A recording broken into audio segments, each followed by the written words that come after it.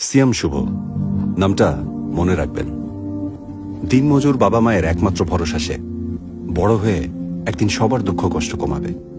7 বছর আগে বগুড়া রেল স্টেশনে শাপলা বেগম ও আশিক উদ্দিন কুড়িয়ে পায় ছোট্ট সিয়ামকে। সেই থেকেই নিজের সন্তানের মতো মানুষ করেছে তাকে। পড়ালেখা শুরু করলেও মাত্র 16 বছর বয়সেই কিশোর সিয়াম পরিবারের হাল ধরে। জুলাই মাস, সারা দেশে তখন ছাত্র আন্দোলনের জোয়ার। 19 তারিখ বিকেলে নানার কাছ থেকে 100 টাকা নিয়ে সিয়াম যোগ দেয় আন্দোলনে। সেউজগাড়ি আমতলা মোড়ে বিকাল 5টার পর পুলিশের সঙ্গে আন্দোলনকারীদের সংঘর্ষ শুরু হলো। চারদিকে জলকামান আর শটগানের গুলি। দৌড়ে পালানোর সময় জলকামানের পানিতে পা পিছলে পড়ে যায় সিয়াম। উঠতে গিয়ে ছররা গুলি লাগে তার শরীরে। সবাই মিলে তাকে হাসপাতালে নিয়ে গেল, কিন্তু সিয়াম শেষ পর্যন্ত বেঁচে ফিরতে পারেনি। অভ্যন্তরীণ রক্তক্ষরণে তার মৃত্যু হল। মারা যাওয়ার পরও সিয়ামের পরিবারের বিরুদ্ধে নানা রকম মামলা দেওয়া হয়।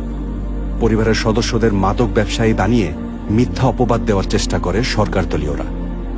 সন্তানের মৃত্যু শোকের মাঝে তাদের সহ্য করতে হয় এই অত্যাচারও। 5 আগস্টের পর মামলা থেকে মুক্তি পেলেও সিয়ামের না থাকার কষ্ট বয়ে বেড়াচ্ছে তার পুরো পরিবার। সে কষ্ট কি আদৌ কমবে? সিয়াম শুভ, শহীদ সিয়াম শুভ নামটা মনে রাখবেন। মনে রাখবেন জুলাই বিপ্লবে নিহত এমন সকল শহীদদের।